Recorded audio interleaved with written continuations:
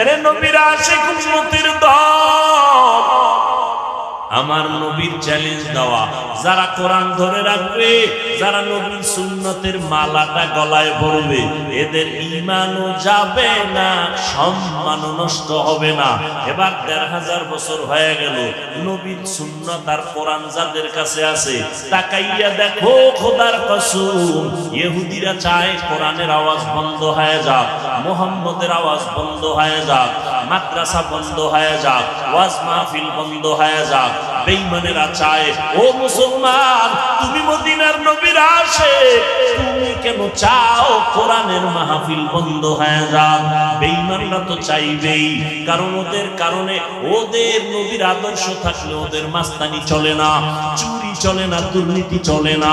নবীর ইসলাম যদি থাকে, ওরা দুনিয়াতে ধোঁকাবাজি করতে পারে না, মানুষ নারী নিয়ে বেপরদায় আড্ডা দিতে পারে না, কারণ আমার নবী আসছেন, পর্দা রক্ষা হয়ে গেল। নবী আসছেন, মানুষের অধিকার ফিরে পেয়েছে, নারী তার অধিকার পেয়েছে, কন্যা তার অধিকার ফিরে পেয়েছে, বিধবা নারী তার অধিকার পেয়েছে আমার নবীর কারণে। এজন্য সব বেঈমানরা চায় এই জমিনে মুহাম্মদের আদর্শ না থাক, এই জমিনে কোরআনের আলো না থাক। তাহলে কি করা যায়? তাই এই কোরআনের আলো তৈরি হয় মাদ্রাসায়, মাদ্রাসা বন্ধ করো, ওলামায়ে কেরামে আলো ছড়ায়, ওলামায়ে কেরামের জবানে তালা লাগাও। কিন্তু আল্লাহর কুদরত, একটু আগেই বলেছি, আমার আল্লাহ চাইলে সব হয়, বান্দা চাইলে কিছুই হয় না। তাকাইয়া দেখো, ইহুদি বেঈমান সহ মুনাফিকদের এত আক্রমণ, এরপরও যাদের কাছে নবীর সুন্নাত আছে, কোরআন আছে, এদের মতো সম্মানে এখনো দুনিয়াতে ভিন্ন কেউ নাই। চোখে আঙ্গুল দিয়ে আল্লাহ দেখাইয়া দিয়েছেন করোনায়। কোন সময়? করোনার ভেতরে তাকায় দেখো, ইতিহাস ভুলে যাস না রে মুসলমানের সন্তানেরা। আজকে পাও দৌড়ে দৌড়ে কুত্তার মতো দৌড়ে সারা দেশে, সব আলেমরা দৌড়ায় কুত্তার মতো, কুকুরে এত দৌড়ায় না, এত মেহনত করে না। কই খানা, কই ঘুম, কই গোসল, কই মেহনত, কই আরাম, কিচ্ছু নাই রে বাবা। আজকে তোমার পিছনে 12 মাস দৌড়াইয়া তোমাকে নবীর আদর্শওয়ালা বানাইতে পারলাম না, অথচ শুধুমাত্র 6 মাস প্রতিদিন 1 ঘন্টা করে যদি আমি হিন্দুদের মধ্যে মন্দিরে গিয়া বয়ান করতাম, খ্রিস্টানদের গির্জায় যদি বয়ানের সুযোগ পাইতাম, ইনশাআল্লাহ ওই বিধর্মীরা মদিনাওয়ালা আশিক হয়ে যাইতো। অথচ তুমি নবীর জন্য জীবন দিতে চাও, দাড়ি রাখতে চাও না, পর্দা করতে চাও না, হালাল খাইতে চাও না, নামাজ পড়তে চাও না। এর নবীর আশিক আজকে করোনার ভিতরে তাকাইয়া দেখছো, স্কুল বন্ধ, কলেজ বন্ধ, ভার্সিটি বন্ধ, চাকরি বন্ধ, ব্যবসা বন্ধ, দোকান বন্ধ, ট্রেন বন্ধ, বাস বন্ধ, ফ্যাক্টরি বন্ধ। দেখছো কোরআনের একটা মাদ্রাসাও বন্ধ হয় নাই। ভুলে গেছেন না? 2টা শিক্ষিত সন্তান কুলাঙ্গার, বাবারে ধরছে করোনায়, ট্রিপল মাস্ক লাগাইছে, ট্রিপল মাস্ক। এবার বাবার লাশের কাছে যায় না, বাবার করোনা, মরে না এখনো, করোনা কাছে যায় না, করোনার ভয়। এলাকার গরিব কয়েকটা ছেলেরে টাকা দিয়ে কয় বাবার লাশটারে ধইরা টাইনা রাস্তায় ফালায় দিয়ে যা। টাকা দিছে ছেলেরা, রাস্তায় ফালায় দিছে, দরওয়াজা জানালা 2 কুলাঙ্গার শিক্ষিত আটকায় দিছে। আর জানালা খুলে তাকাইলো না, বাবার লাশটা কুত্তায় খাইলো নাকি জানাজা হলো। ইতিহাস ভুলে যাইও না রে মুমিন। আমার দেশের শত শত করোনার লাশ, আমার দেশের কিছু পুলিশ ভাইরা আর সিংহবাগ টুপিওয়ালা আলেম হুজুরেরা এই লাশগুলো কাঁধে নিলেন, দাব গোসল করাইলেন, কাফন পরাইলেন, জানাজা পরাইলেন, কবরে দাফন করাইছেন। একজন হুজুরেও করোনায় মরে নাই।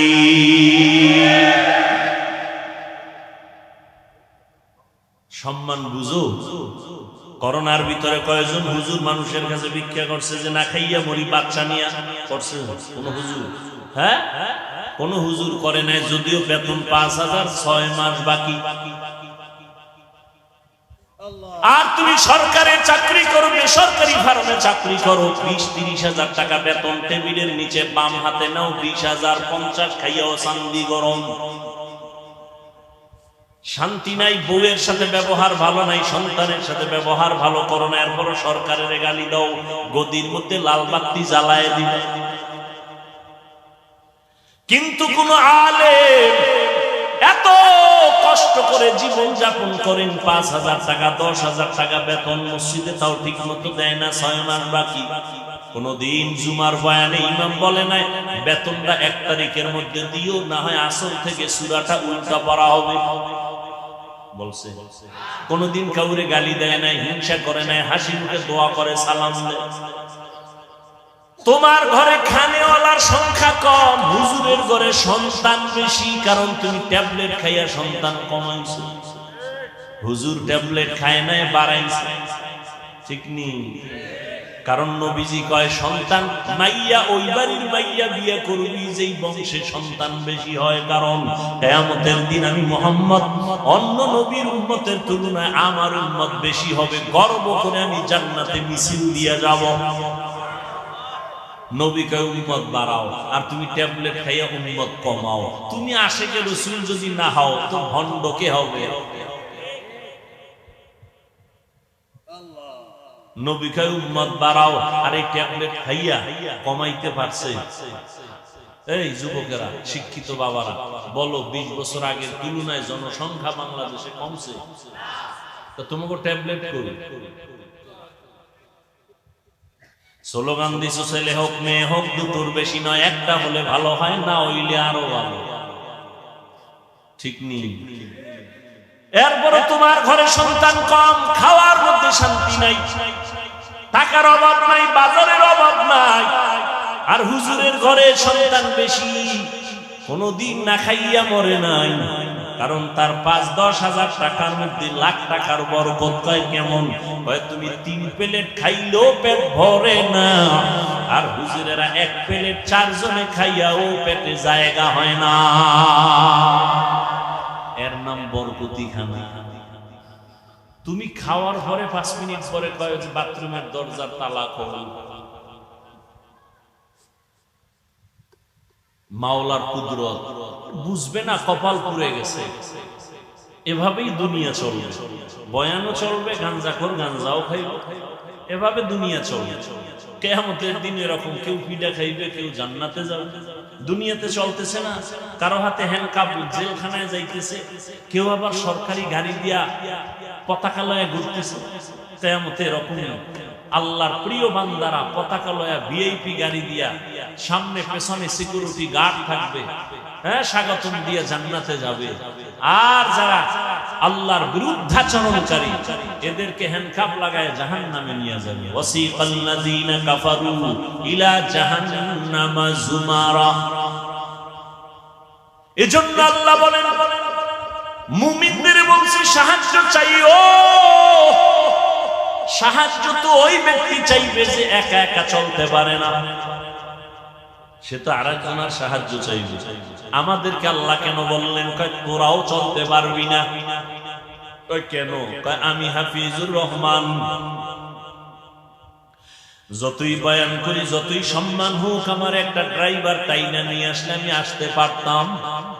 কথা নয়, আমি যতই বাহাদুরি করি, পকেটে টাকা ভরা, গরিব মাছওয়ালার কাছে যদি আমি না যাই, টাকা না দেই, মাছ পাবো না, মাছ খাবো না, তাহলে আমি গরিবের কাছে ধরা না।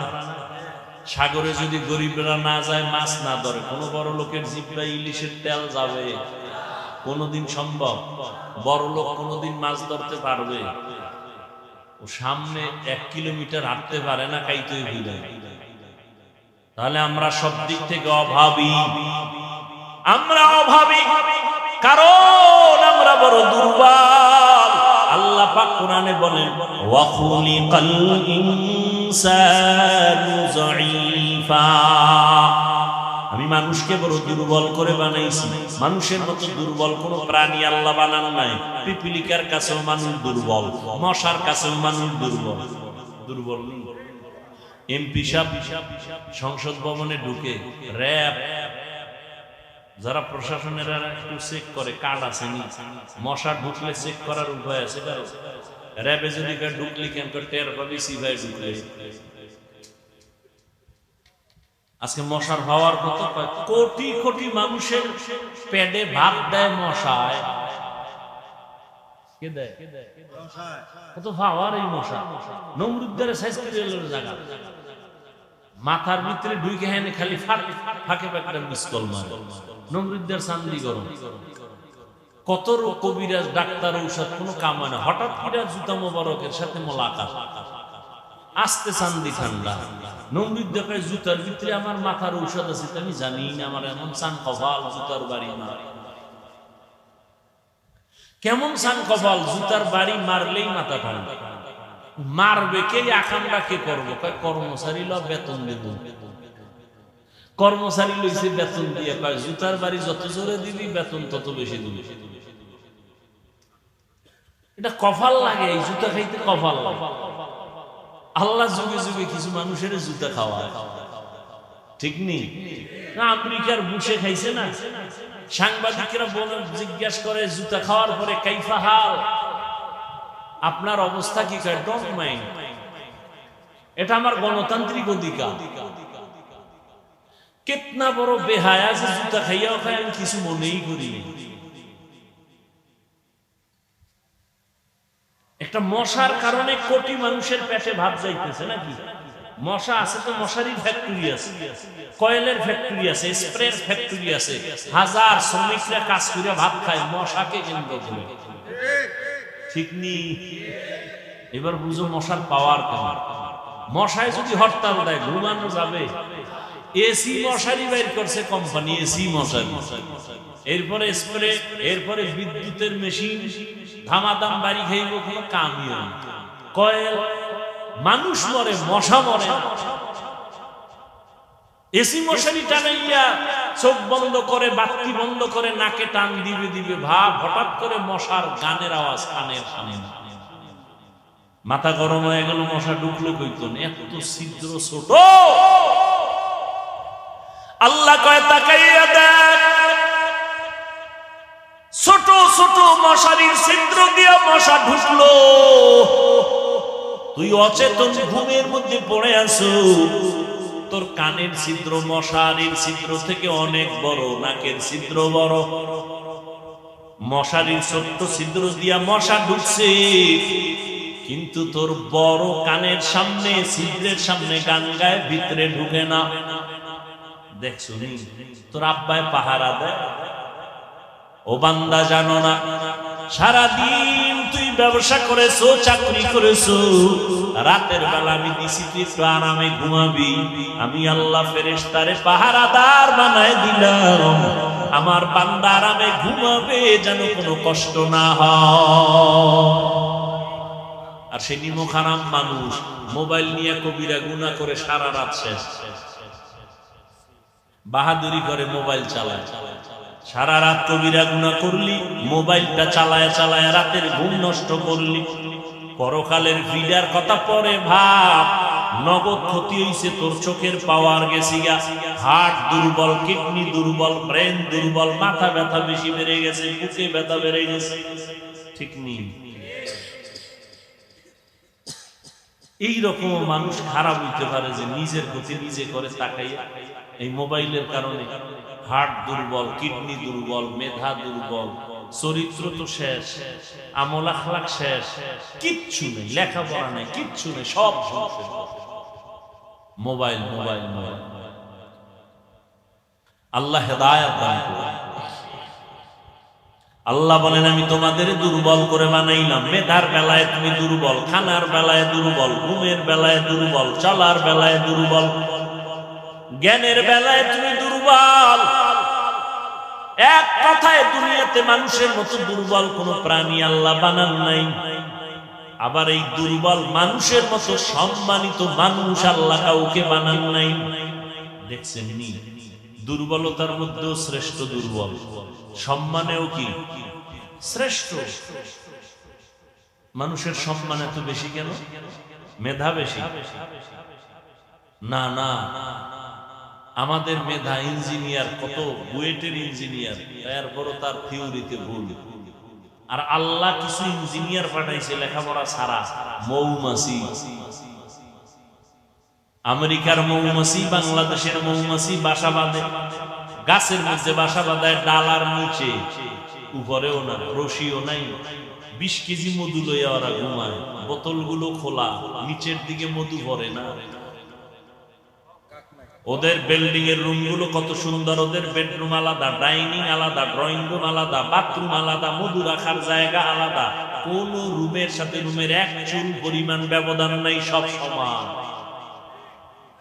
20 কেজি 30 কেজি মধু লইয়া থাকে, একটা বাসা পুইরাও যায় না মধুর ভারে। বোতলের মুখগুলো খোলা, এক ফোঁটা মধু নিচে পড়ে না। আর কেমনে আল্লাহরে চিনবা? ওই মালিকের ছিল এত সুন্দর ইঞ্জিনিয়ার বানাইছেন যে ইঞ্জিনিয়ারের থিওরিতে কোনো ভুল নাই। যিনি বানাইছেন সে আল্লাহ কেমন দয়ার মালিক।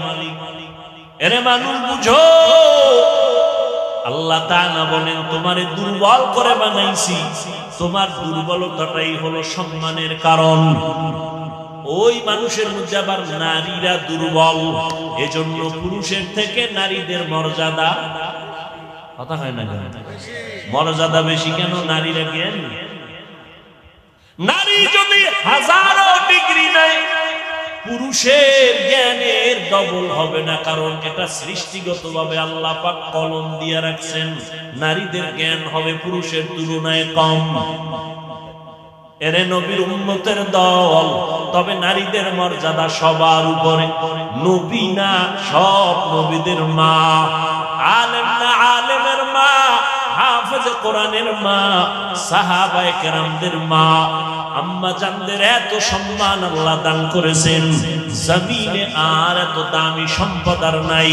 নবী বলেন, ও দুনিয়ার উম্মত, আমি মুহাম্মদ এত দামি একজন নবী, আমার একটা ছেলেও নাই, আমি 4 কন্যার বাবা, আমার একটা ছেলে নাই। মক্কার কাফের মুশরিকেরা গোরে আর কয় মুহাম্মদ মইরা গেলে ওর বংশ রক্ষা করার কেউ প্রশংসা করার থাকবে না, কারণ ওর ছেলে নাই। আমারে তুচ্ছ তাচ্ছিল্য করত, আল্লাহ আমারে সান্ত্বনা দিয়া কয়, ইন্না আতাইনাকাল কাউসার, ও নবী আমি আপনাকে কাউসার দিলাম, এই কাউসারের দ্বারা আপনি চলিয়া গেল জমিনে আপনার সম্মান ঠিক থাকবে, পরকালেও থাকবে। কাউসারের এক অর্থ হলো রুহানি উম্মতের দল। যদিও নবীর কলিজার ছেলে নাই, কিন্তু নবীর কলিজার আশেক আছে। এই জমিনে নবীর বিরুদ্ধে কথা বললে হাজারো কোটি যুবক তাজা রক্ত ঢেলে দিবে আমার নবীর মুহাব্বতের জন্য। নবীর গুণগান চলতেছে সারা জিন্দেগি ভর।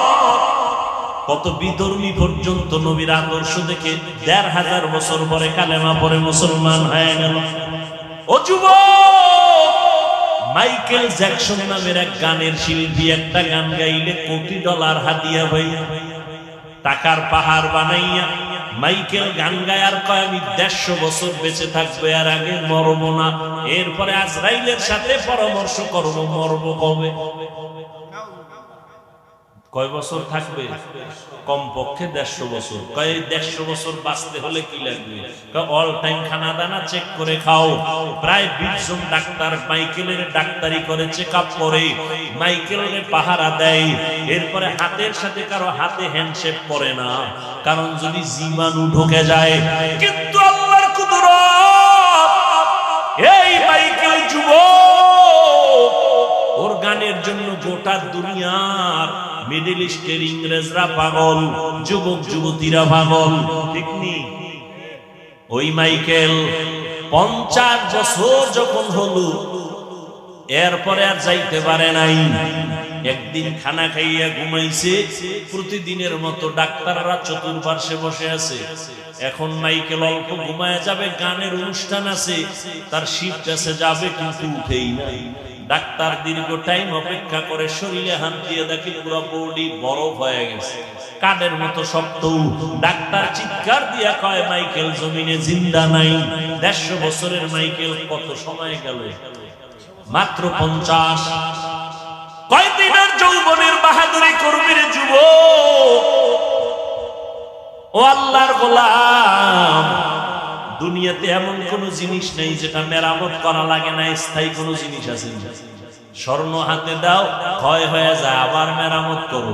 বিল্ডিং করো, রং উঠে যায়, আবার মেরামত করো। তোমার হায়াতটা কয়দিন, যৌবনটা কয়দিন? তোমার হায়াত একদিন শেষের দিকে যাবে, ভাটা লাগবে বরফের মতো, তোমার হায়াতটাও শেষ হয়ে যাবে। ও আল্লাহর বান্দারা, আল্লাহ পাক রব্বুল আলামিন দুর্বলতা দিয়া আল্লাহ কয় বান্দা নরম হইয়া চল, মাস্তান মাস্তান ভাব অন্তরে নিস না। দুর্বল হইয়া গরম ভাব দেখাইলে পরিণাম ফল ভালো না। নমরুদ গরম ভাব দেখায় টিকতে পারে নাই, ফেরাউন টিকতে পারে নাই, সাদ্দাত টিকতে পারে নাই, কারুন টিকতে পারে নাই। কোটি টাকার মালিক দেখো অভাব হয় না দূর, গরিবে ঘুমায় আরাম করে মনটা বাহাদুর। ফেরাউনের লাশটা দেখো মিশর জাদু ঘরে, খায় না মাটি পোকা মাছি সবাই ঘৃণা করে। হৃদয়ে থাকিবে যার নম্রতা সাদা, রহমত আসিবে সে তা প্রভুর ওয়াদা। বড়র বড়াই থাকলে দিলে রহমত আসবে না, নিজেকে নিজে ছোট মনে করিও সাদা। অহংকারী ভাব অন্তরে নিও না, কারণ তুমি আমি দুর্বল। আমি যদিও বয়ান করতে পারি, একদিকের গুণ আছে, অন্য দিকের সব গুণ আমার দুর্বল। আমি মাছ কিনতে পারি না, ধরতে পারি না, আমি গাড়ি চালাইতে পারি না, আমি গরিবের কাছে দুর্বল। এতক্ষণ আলোচনার দ্বারা আমি বুঝাইতে চাই সাহায্য দরকার আসেনি, হ্যাঁ আছে, কারণ আমি মেধার বেলায় দুর্বল। আমি কোরআন শরীফ পড়তে জানি কিন্তু অর্থ জানি না। যে অর্থ জানে তার কাছে আমি দুর্বল, আর একজনে অর্থ জানে তাফসীর জানে না, যে তাফসীর জানে তার কাছে সে। সবাই কিন্তু একে অপরের কাছে দুর্বল, ঠিক নেই?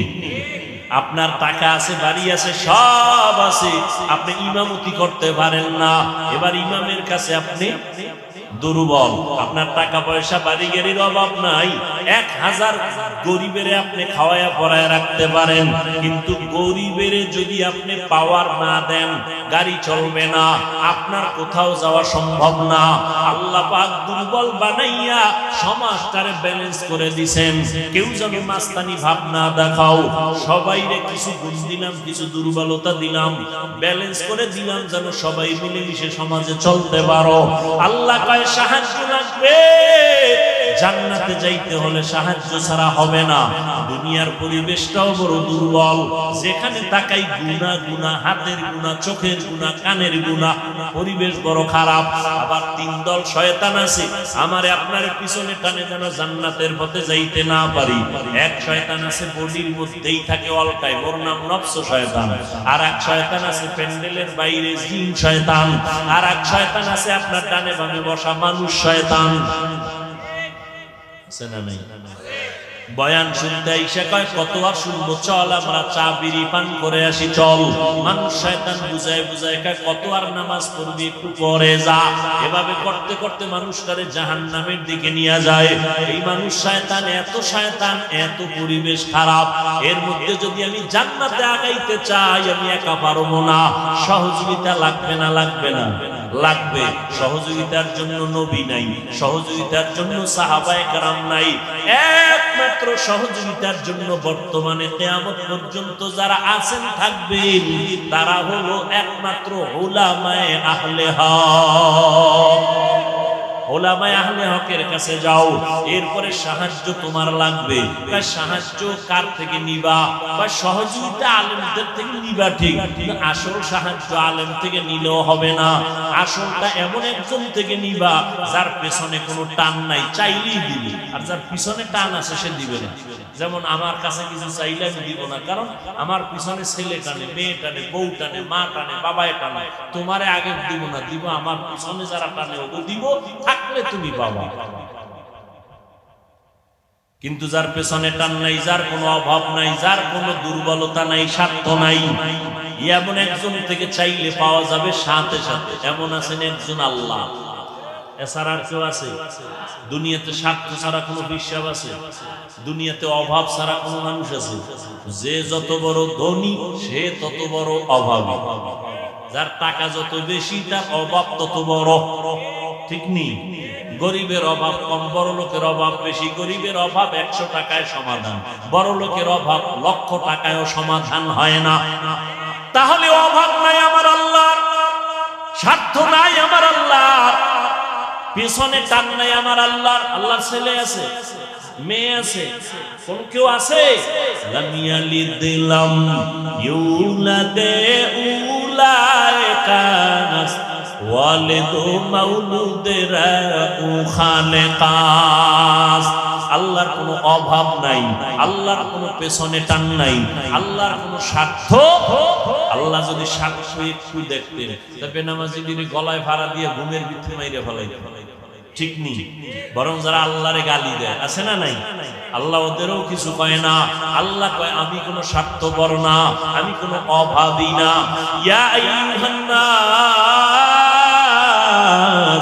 আনতুমুল ফুকারাউ ইলাল্লাহ ওয়াল্লাহু হুয়াল গানিয়্যুল হামিদ।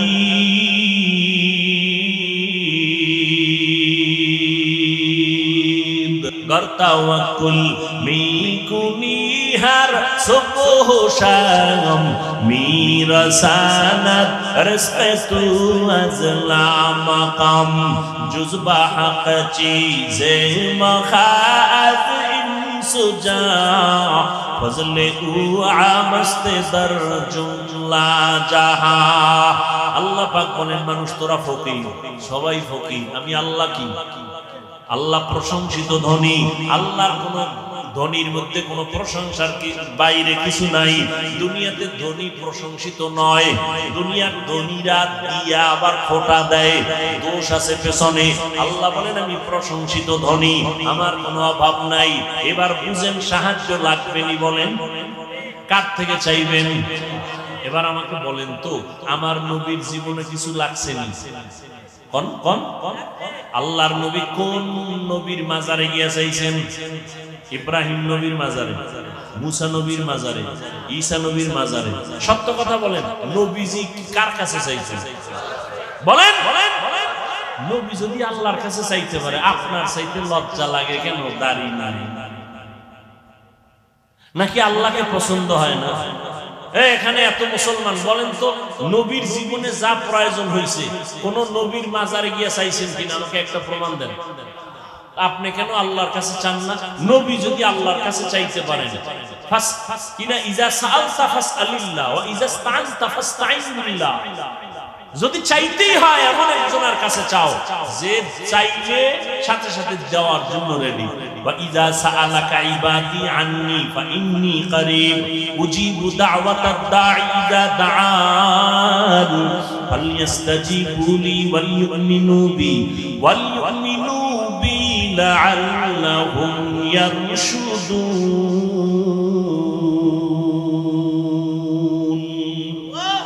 আল্লাহ কয় তুমি আমার কাছে চাও, আমি আল্লাহ তোমাকে দেওয়ার জন্য রেডি।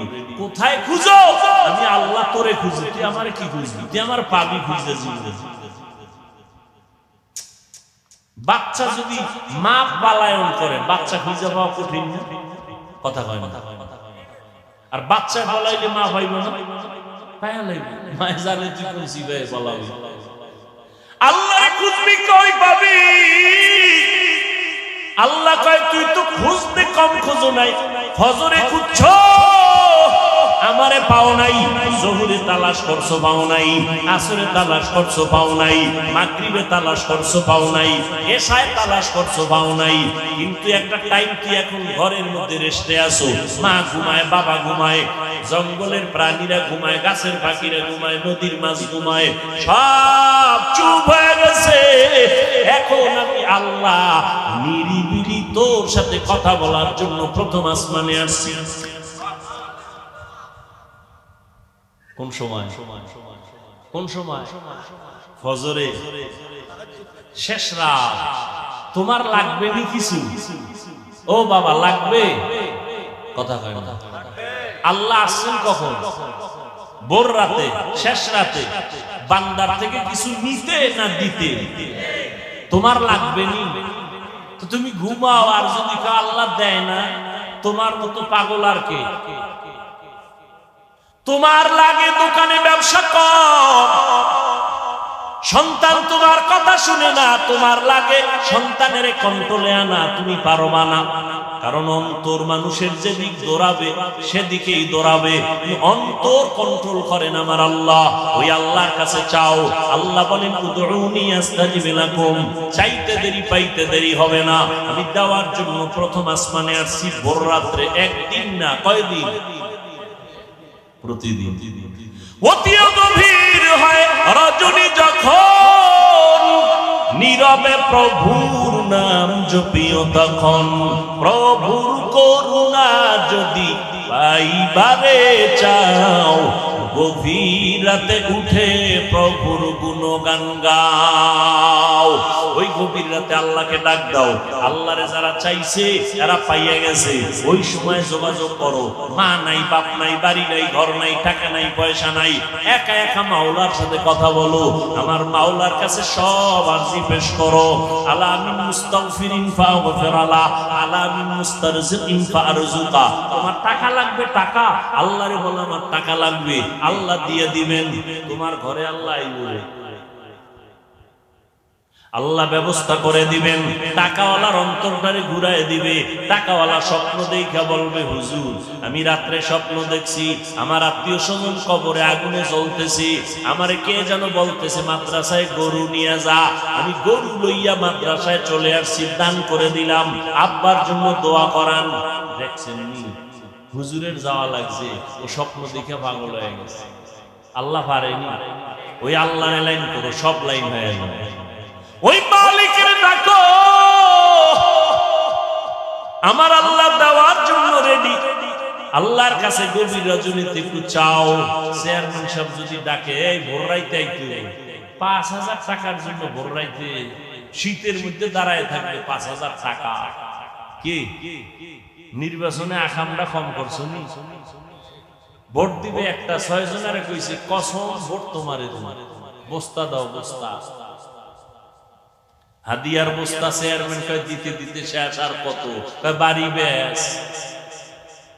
তা বেসনে আমার উপায় কি? কয় তুই আবার যখন চেয়ারে ববি, আমগো কপালে সরকার যা দিবে বয়ে বয়ে সব খাবি। চেয়ারম্যান খাইলে কোনো দোষ আছে? কোনো দোষ নাই, সব দোষ জনগণের। আমালুকুম হুম্মালুকুম, যেমন জনগণ হেমন নেতা। কি তুমি সরকারি চেয়ারম্যানটা খাইয়া বুঝাইছো যে তুইও আইলে খাইস, তাহলে চেয়ারম্যান আগে খাইছে না জনগণ? জনগণ যখন খাইয়া ঘুমাইছো, চেয়ারম্যান আইবে আর খাইবে, আইবে আর খাইবে, বিসমিল্লাহ ছাড়া।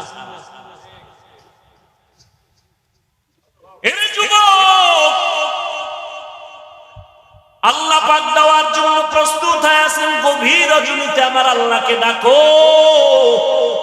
এরা অন্যের মতো বেঈমানও কিন্তু ভোর রাতে আল্লাহর সাথে কথা বলছে। ও আল্লাহ আমি জানি তুমি আল্লাহ, কিন্তু আমার দুনিয়া তো মাস্তানি ভাবাইছে, তো এটার একটু সুযোগ দাও। আল্লাহ কয় দিলাম দিলাম দিলাম, যা যা দিয়ে দিলাম। পরিণাম ফল কি হবে না? ভালো হবে না। ভোর রাত্রে কিন্তু ফেরাউন কান্ত।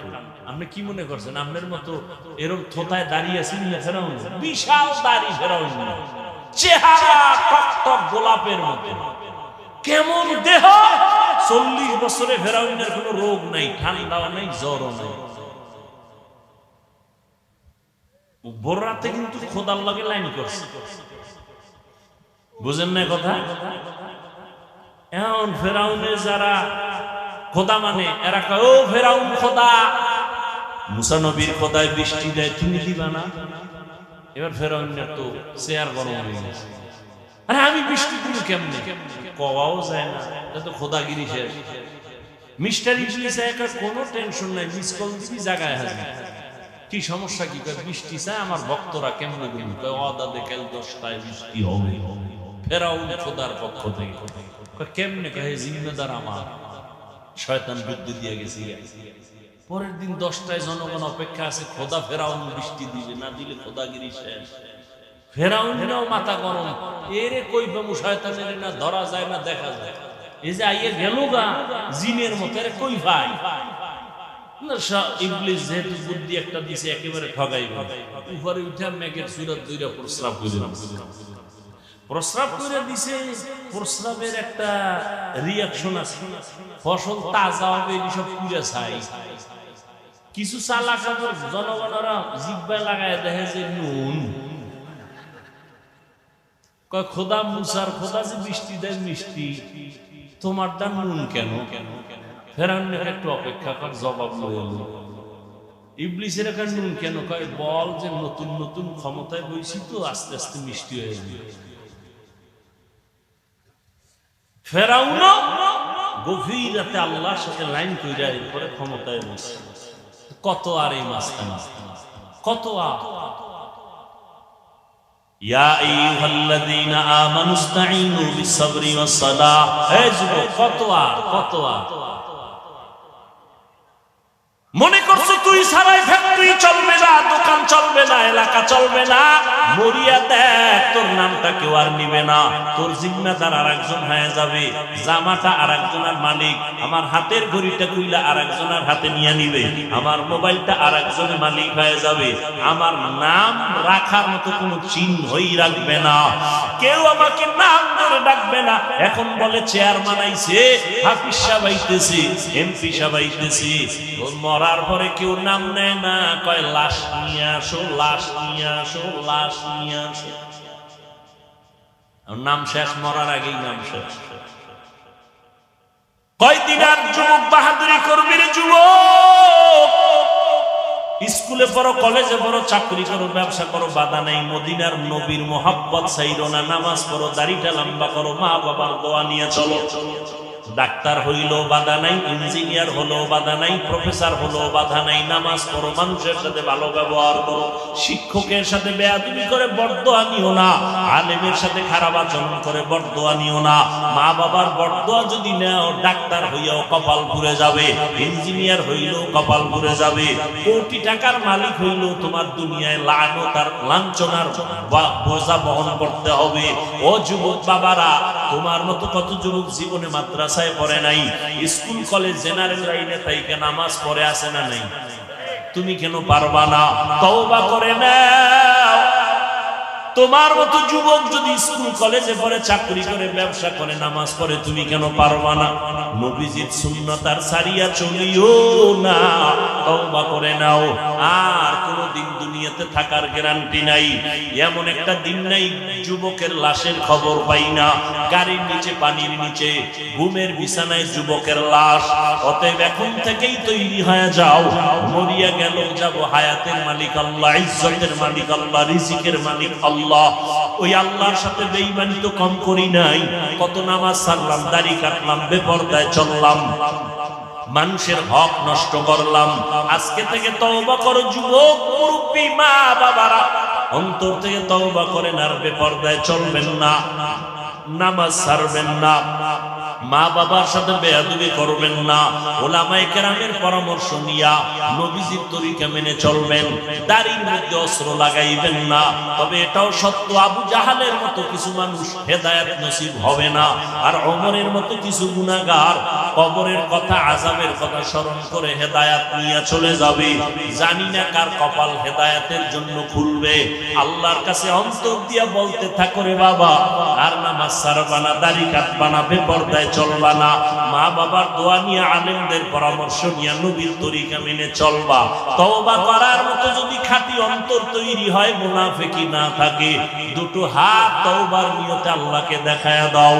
আয় আল্লাহ, হাতগুলো কবুল করে নেন, তওবা কবুল করে নেন, তওবার উপরে মজবুত হইয়া চলার মতো তৌফিক দান করেন, আমিন।